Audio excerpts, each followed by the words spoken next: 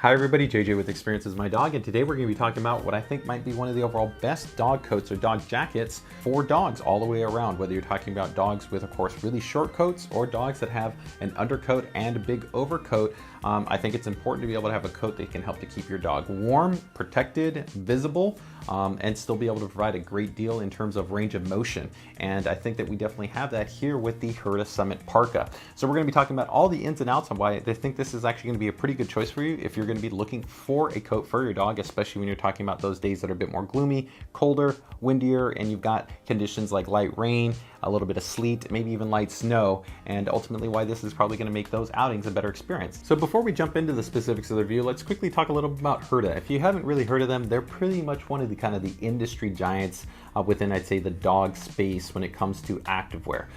The company started in the early 70s and they've been around now for, of course, literally decades. And really their claim to fame has really been, I think, producing high quality, carefully designed active gear, essentially for dogs in conditions where your dog is really going to benefit from some type of essentially coat or active wear to really help to, of course, minimize any type of moisture or, of course, rain, buildup, sleet, snow, and ultimately just have them feel more comfortable when they're out and about. And that ultimately breaks down into a wide range of products that they offer, usually under two types of category, one called their warm wear and then another series that's called their rain wear. They have also now expanded out to even more products which include kind of traditional dog related offerings like, leashes, collars, and harnesses. But we're looking specifically at their warm wear with the actual Summit Parka. Okay, so here we've gone ahead and unfurled the Summit Parka, and right off the bat, of course, you're going to be able to see that it's just extremely bright. This, of course, is one of the colors that they offer. They actually offer quite a range of different colors and extensive sizing options. Actually, I think in total for the Summit Parkas, there's 13 different sizes. We'll get into those specifics in a little bit, but it's nice that they give you such a range of flexibility so that if you're talking about smaller breed dogs to literally giant breed dogs, you're going to probably be able to find a Summit Parka that would be able to fit for your dog. And they've also got a lot of flexibility in terms of the color palette. If you want to go with something just super kind of clean and monochromatic, which is classic black, they have that. Or if you want to go for ultra high visibility, which is what we have here with the orange and the reflective material, you've got this. Now, ultimately, this breaks down, as we noted a little bit earlier, in terms of two lines that Hurtta offers, and this is going to be their warm wear line as opposed to their rain line. With their rain line, of course, the name says it all. It's really designed for those environments where you're going to have significantly higher levels of moisture that you want to protect your dog against. So heavy rain environments, active snow, active sleet, essentially just conditions where you're going to have a much higher likelihood of your dog getting really, really wet. Now, this is communicated as being waterproof. I would say it's pretty water resistant. It's not waterproof, but it's quite solid in terms of that regard. And so I think for the vast majority of people, for general outings, general scenarios, this is going to work really well for you. Even I'd say in lighter scenarios where you have sleet and snow, you'd still be fine. And like I said, days where you've got a little bit of light rain, not heavy rain, I think you're also going to be okay. But keep in mind that that's where they have two different lines. They've got the warm wear line and the rain line. In addition to that, one of the other big differences between those two lines is the seams. Just like I'd say in human outdoor clothing, you have what are called fully taped seams, and then you have semi-taped seams. And essentially that just means that those seams essentially are more protected for any type of ingress, so essentially for moisture getting in. And essentially with those rain line products, those are fully taped. It's a higher quality of construction to really be able to maximize kind of that waterproofing nature throughout, right, as opposed to what you've got here, which still very good quality construction, but these are semi-taped seams. So that is going to be a differentiation point. So overall, what do we kind of account for when we're talking about when is this type of coat going to make sense for you and your dog when you're going out? I'd say definitely in general, just those colder days of the year. So when you're talking about, of course, fall, you're talking about winter, gloomier days, temperatures, 60s, 50s, 40s, even upper 30s, that's going to work great. Windy days, where we're at in Northern California, you can get pretty windy. We've got definitely days where it's 25, 30, 45 mile an hour winds, even some days that are heavier than that. I'll probably say I wouldn't be walking my dog more than about 45 mile an hour winds or those type of gusts, but you add that in with colder temperatures and you can have some pretty severe wind chill. So it's definitely nice to be able to protect your dog.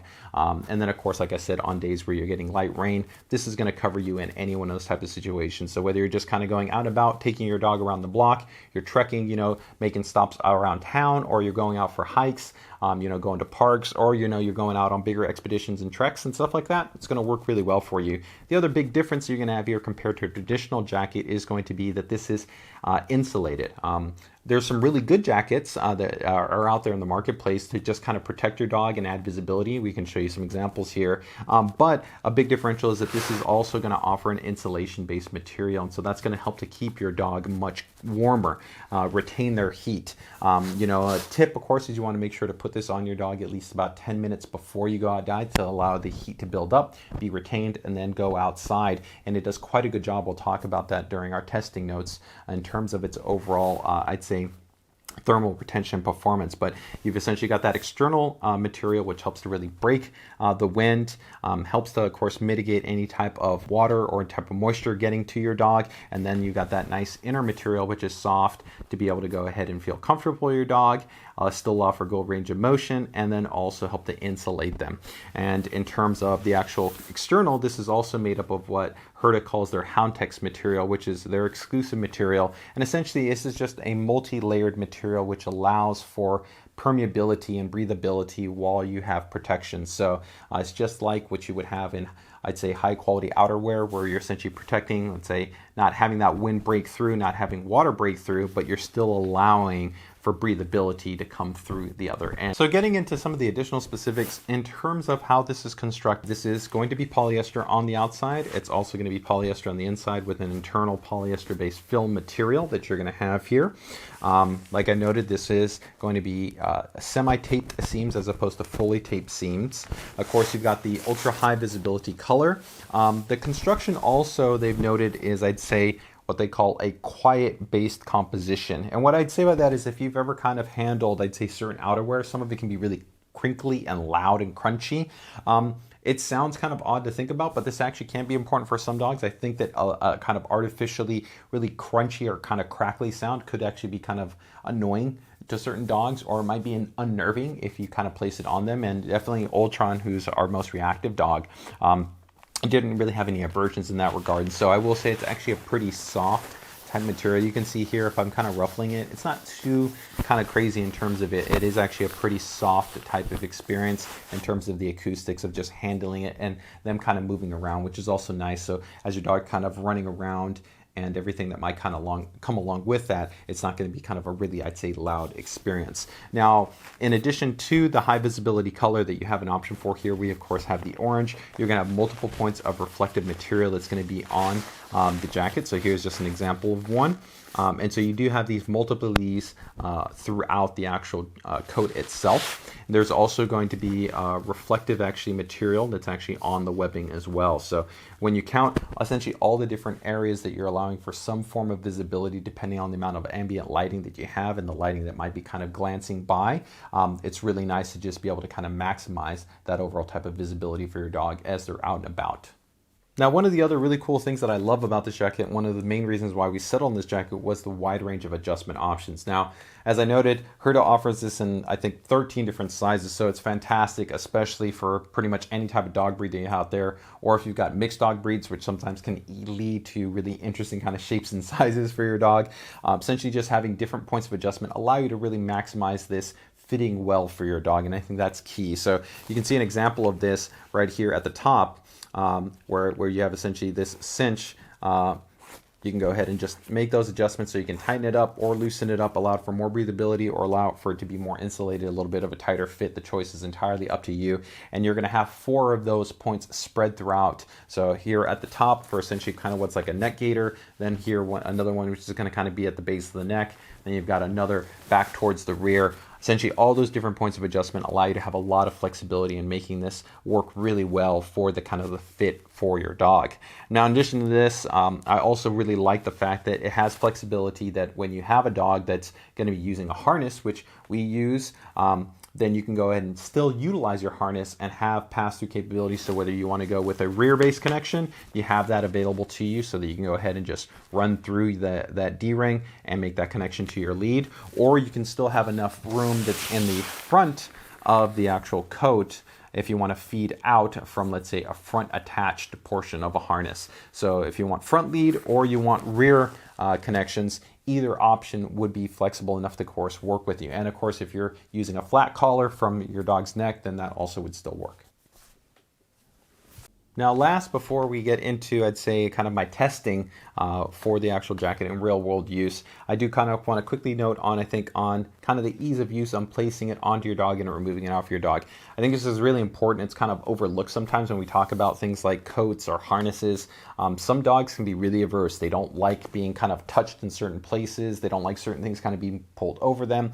A lot of this can be worked with your dog through positive reinforcement, through taking the time of kind of building trust, helping them build positive association with these items, getting them excited that when this comes on, it's like, hey, I get to go do something. There's a lot of different ways to improve upon that, but it still doesn't change the fact that it can be a reality to have certain difficulties with certain dogs and certain types of kind of designs. And I would say ultimately this design is pretty well done, that even for a dog who I'd say is a bit on the more sensitive side like Ultron, we didn't have any overall issues where this is being able to be slid on pretty quickly.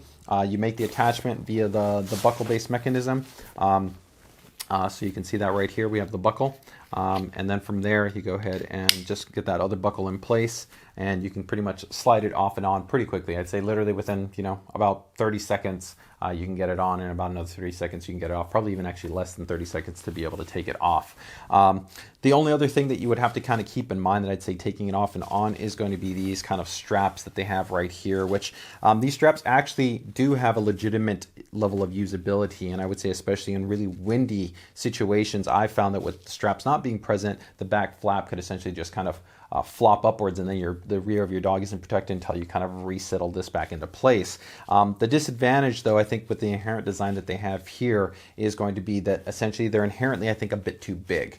If maybe you kind of were to tie them off in some way, then you could probably make them work. I think that would be okay, but as they are, I think they're a little bit too big, at least for Ultron. I think even if we were to size down, again, in terms of this coat, it still wouldn't be ideal. I would much prefer maybe some type of cinching design for this, so that essentially you could kind of tighten those up if you wanted to, or then pull them out depending on your dog's kind of hind legs. I do think that ultimately it also just depends on how much agility, mobility you want to be able to have for your dog, although that when I did test it with Ultron and they were generally there in place, it wasn't really affecting his mobility. So I think in either scenario, they're nice to have, but they could be improved upon. So overall now getting into, I'd say, a hands-on experience, you can see for one, I've got it straight in my hand. That's one of the really cool things I think about this is the way that it's been designed. Because of the material, it's really nice in terms of being able to kind of compact and scrunch down, so you can easily kind of throw this into a backpack, a bag, maybe throw it underneath the seat of your car if you want to be able to keep one there. Kind of just that overall kind of scenario, it holds up really well to, I think, being rolled up, packed, and kind of re-expanded out, and I haven't had any issues. Overall, looking at the overall construction quality, the stitch quality, it's very solid. I see no issues in terms of this being something that's going to kind of break down or kind of tear, I think, throughout the long term, even through consistent washing. Now, one thing to kind of keep in mind, I think, a little bit in terms of durability might be that I think that the way that the actual reflective material is present on here is that I think that they could kind of come off.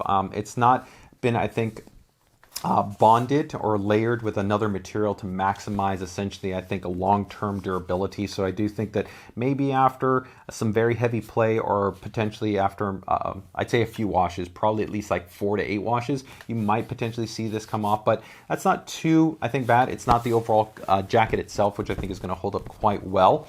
And you can also get some form of reflective material to kind of put through an adhesive patch or material if you kind of need to ultimately replace these over time. But overall, the construction throughout, and I think the attention to detail in terms of offering you a well-constructed coat is definitely done well by Hurtta in this regard.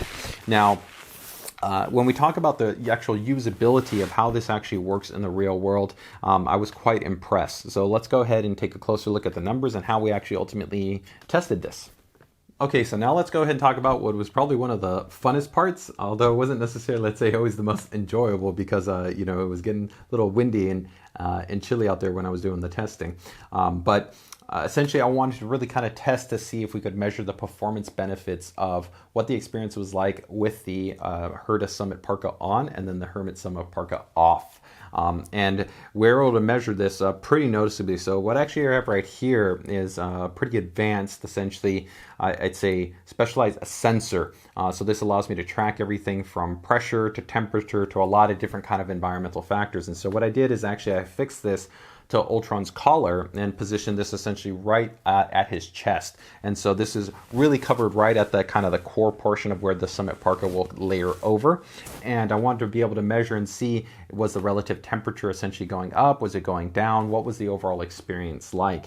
And we did this actually on a day that we were having, I'd say fairly low temperatures out in the day, but we had some pretty strong wind gusts. I don't remember offhand, but I think the wind gusts were probably at least in the range of about 25 to probably about almost 35 miles an hour. So some of them were gusting pretty heavy and hard. And then, like I said, with those lower temperatures, which were I think in about the low 60s to I think upper 50s, we were having a pretty severe wind chill. And so when we left the house, I think the initial test was he was around probably about maybe 75 degrees. And then essentially when directly exposed to those wind chills, we were getting the temperature all the way down to about maybe almost 55 degrees, a little bit above that. But that overall was showing you essentially you were seeing, 20-degree drop. And so you can imagine that sustained, that chill across the body also, of course, it's uncomfortable, right? And so that's, while, the day itself might have looked kind of like nice and clear, you can see how that can kind of ramp up when you kind of really measure it and you kind of take note of, wow, that's the kind of difference in temperature that I'm seeing. And when we came back in, we kind of got resettled. We allowed his body to kind of reacclimate, allowed my body to reacclimate. I rebundled myself up, bundled him up, got him all situated. Same thing, we left the house with about the relative same overall temperature performance. The temperature drop was almost essentially non-existent. So I think we left again around approximately with the baseline temperature when we started about 74 degrees approximately. And even as we got into those wind gusts, the wind gusts pretty much almost had zero effect. So we didn't see anything. And actually, I'd say when I measured it, I measured, I'd say throughout the course of about a 20-minute walk, about a 25-minute walk for each one of these times when we were doing the walk, the temperature actually went up when we had at Summit Parka, which would make sense because you have an insulation-based material. So you have that heat kind of being reflected internally and being maintained there. So it didn't go up a huge amount, just a little bit, but we overall saw that range kind of go from about 74 to about 75 and a half to about almost 76 degrees, even when we were getting those heavy wind gusts. So ultimately what that just meant is that in those type of scenarios, his body is able to keep nice and comfortable and warm, right, without getting hot and clammy, but ultimately just providing a much better experience. And so I definitely think that, again, in days where, like I said, you've got that wind chill, where you've got, like I said, light rain that's going on, or just got colder, kind of more brisk nights, this is really nice to be able to just put on your dog and have them feel more comfortable. So before we get into the conclusion, let's quickly touch on cost. Of course, that's always an important aspect when you consider something that you're buying. And I definitely think that for this product, the overall pricing, I think, is very fair when you account for, I think, the quality, the feature set, the range of adjustments, pretty much just the overall experience that you have with the actual dog coat. So if we kind of take a look at the pricing, it varies a little bit depending on where you purchase it. Officially from Hurtta, their MSRP is $80. If you were to buy directly from them, then you would have to account for shipping. But they do have it available from other e-tailers. You can get it from Amazon, even with Prime shipping, but the price will vary depending on the color. And it is available at other e-tailers or as well as other pet stores, because Hurtta does have very good distribution in North America. So it is something to keep in mind as far as where you're picking it up from might carry a different price. And I'd say overall, you're probably going to be looking somewhere as maybe as in the low 60s to maybe over $80, 85, maybe $90 plus. But I think anywhere between that range, you're still getting a very good value overall for the quality of the jacket, its feature set, and the overall experience of utilizing it. So let's go ahead and wrap everything up and give you guys our conclusion on the Hurtta Summit Parka. I think first, let's go ahead and touch on the things that I didn't like, as I've touched already on many of the aspects that I really like about the coat. And so we'll go through these kind of line by line, and keep in mind that I'd say that none of these is definitely a huge negative, but it's definitely something that would be something I'd like to see improved upon, or something you might want to be conscious of if you're going to be considering the jacket. So I think the first one is going to be that the actual construction material. So this is featuring polyester both the shell as well as the inner film material for the insulation. There's nothing wrong with that, but from a sustainability and ecological aspect, it would definitely be fantastic for Hurtta to be able to utilize recycled based polyester, not only for the actual external shell, but also for the internal film material. This is something you can definitely see in sustainably focused companies like, let's say, outerwear companies like Patagonia. So it's not something that is, I think, exceedingly challenging. It may be a little bit more expensive because of the process required to be able to source that, but it's becoming more prevalent, more available, and I definitely would love to be able to see that as a feature for this type of dog coat, especially because it's a little bit more premium than I'd say the run-of-the-mill ones that are out there. And you also wouldn't be losing out on the durability or the insulation performance just by switching over to a recycled-based polyester material, whether it's for that internal fill or for the shell. I'd say the next one is going to be that the actual reflectors that are actually on the coat itself, while they're high quality reflectors, they're from 3M, and I think they do a pretty good job. Position wise, I think they could be positioned a little bit higher, a little bit better to allow for better reflectivity. The overall could just be larger, and I think that they actually be laminated directly over their placement areas, and this would allow for essentially less of an issue where you get a little bit of kind of raising or bubbling over time. And I think that's something that you're not going to notice definitely within the first few months of ownership, but 6 months, 8 months, a year into owning it, as well as kind of through multiple washes, then it might be something where essentially you'll see more raising, and eventually that reflective material essentially might come off altogether. Now, that's not going to affect the overall core usability or the experience of the coat, but it is something to keep in mind, especially if you like that reflective based aspect, and especially if you're going with, let's say, one of the darker colors as opposed to something like a high visibility. You can fairly easy counter that though by, of course, incorporating your own type of, let's say, reflective based add-on. We've got a couple of different ones here. So I really like one that's called the Million Mile Light, which essentially is a battery-free physically motion-based reactive LED light. So essentially it lights up based on movement. You can place that on the strap that you utilize for the waistband adjustment, but I'm not a big fan of that because that strap, it's not necessarily the most secure and it kind of can move. And I think that's also another area that can be improved upon, and kind of going along with the reflective lighting. When I have placed it on there, what I would prefer to actually see is maybe some integrated multi points on the sides or something like that I could clip something like that to, like let's say reflective based lighting material. Another one that I've utilized actually utilizes a magnet based design, so it's very easy. I can position it anywhere and it works well. So all the way around, it'd be nice to have them laminated for just better durability, but it is something that you can kind of easily resolve by using your own type of reflector based materials. The water resistance performance, it's good. It's not definitely, I think, an area that I'm concerned with. And again, this is part of their warmwear line as opposed to their rain line, where their rain line has fully taped seams, and you're going to get the best type of rain performance. So overall, I don't really have kind of any concerns there. But when you talk about anything that has water repellency, an aspect that you do want to consider is the coating that you might be utilizing to achieve the water repellency. This is generally referred to as a DWR type of coating, and what is not clear right now is whether or not they're utilizing a PFC-free DWR coating, which is something I would really like to see from an environmental standpoint. DWR coatings, they're not really the most environmentally friendly, and while this isn't something that's exclusive to, let's say, Hurtta, pretty much the vast majority of water repelling different types of fabrics and clothing you can get available for humans, for anybody, as far as any type of kind of apparel, utilizes DWR coating, and a lot of them have fluorocarbons, which is how they achieve that. But there are now more progressive technologies out there, companies that are more sustainable that are utilizing fluorocarbon-free type production, which is what I really like to also see here. Now, one other area that I also think could be improved upon, and again, it's not something that you're necessarily going to be always finding as far as kind of a point of issue if you're utilizing the jacket day in and day out, and it really just depends on how you utilize it with your dog, is going to actually be the rear connection point for the harness. So if you're using essentially a back or a rear mounted harness, and you essentially use that pass through, there's a possibility, I think, over time that you might kind of open up the area and it might have a little bit more frame. I think that the back opening area, while it's nice and convenient, could be improved upon. You could use, I'd say, even a higher grade of thread material to be able to really ensure that it doesn't actually fray or doesn't open up just from kind of a side-to-side motion, which I think especially with larger dogs, if they're pulling more, kind of working more, it's going to be more exposed to.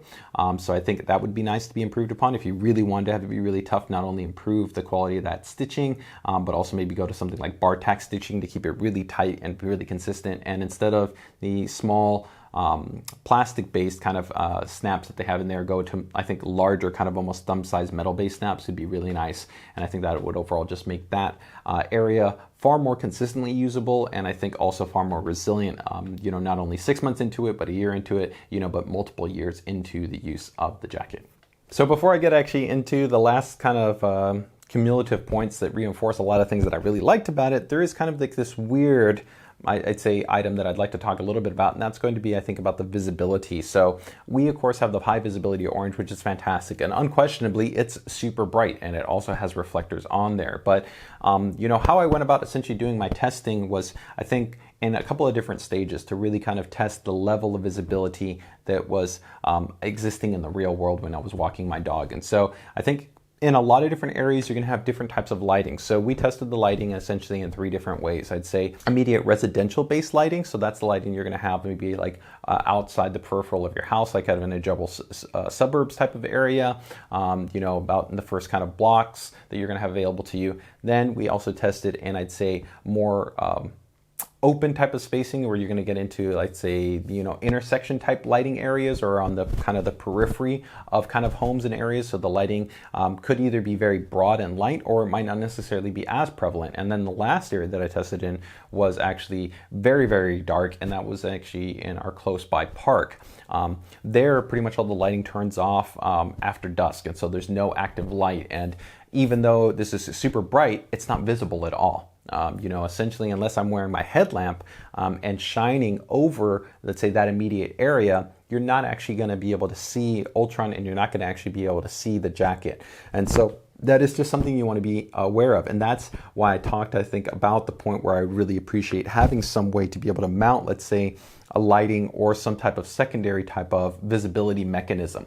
For, let's say, take for instance, if I was walking Ultron with his harness and I had the million mile lights on there, even in pitch blackness, somebody actually would be able to see essentially those lights turning off and on, even in the blackness of, you know, no light, where even actually with this, you know, high visibility orange coat on, you wouldn't be able to see them. But again, this is one of the reasons why I always advocate walking with a light or walking with a headlamp, because then when you combine the two together, he's easily super bright and super visible. And of course, once you even had a little bit of light, it definitely becomes visible. So again, I don't think it's a super negative, but it is kind of something to just kind of keep in mind. So in conclusion, you know, we've talked about a lot of different aspects of this Hurtta Summit Parka, and you know, I think all its key features, the things I didn't like, and reinforcing on the things that I did like. You know, it's well constructed, it's lightweight, you can get in a huge range of sizes, lots of color variation. It's really, really flexible in terms of the range of adjustment options that it has available to you. It's extremely water resistant. You know, it has that nice insulation based material. And so I think in kind of encapsulating all those different aspects, it definitely gets a clear recommendation from us. Our experience has been overall very positive with it. It's something that we're going to continue to utilize. And I definitely think that actually probably every dog owner should have this, regardless of whether you've got, you know, a younger dog, whether you've got an adult dog, or even actually a senior dog, or maybe a working dog. It's going to be a good choice. Account for definitely senior dogs. Sometimes they lose a little bit more weight, or they're not necessarily as mobile. Maybe you just want to keep them kind of warm and comfortable. It's a nice way that you could easily kind of layer them something over, although I know a lot of people like getting hoodies or sweaters for their dogs as well. But this definitely, I think, with that little bit of the insulation material still being really lightweight, it's a nice option as well. And especially, I think, for working dogs too, just like you actually have with athletes or people that are I think, in situations where they need a lot of consistent warmth to be able to maximize kind of the comfort of their muscles and their body as they're moving. It's a great way to keep your dog warm, essentially, if they're actively working, where you don't necessarily allowing their body to kind of cool down and then have to kind of be re-ramped up. So that can be advantageous there. So I think in that regard, it's really complementary to a very large range of dogs. So I think, you know, accounting for all those different aspects, like I said, definitely gets a clear recommendation from us. I think it's going to be a great choice if you're going to be looking for, you know, a good quality dog coat for your dog, regardless of, like I said, whether you're going for a smaller breed, a standard size breed, or a large size breed, and the feature sets are really solid. If you're looking for more information on this, of course, you can find them in the links in the description down below. That'll take you directly to Hurtta's website, and you can find out all the different aspects that we've gone ahead and covered, along with that guidance and information on how to measure your dog and how to ultimately make sure that you're ordering the right size for your dog. If you guys have any comments, questions, feedback, feel free to go ahead and drop them down in the comment section down below. I'd love to be able to see what you guys thought of this review, and if you have any thoughts on forthcoming reviews, please feel free and go ahead and let us know down there as well. And while you're down there, if you can go ahead and hit the like and the subscribe button, that would be really appreciated. And of course, as always, if you think anybody's interested in this, make sure to go ahead and share this video out as well. So as always, take care, take it easy, enjoy the rest of your day, and don't forget to give your dogs a treat from us.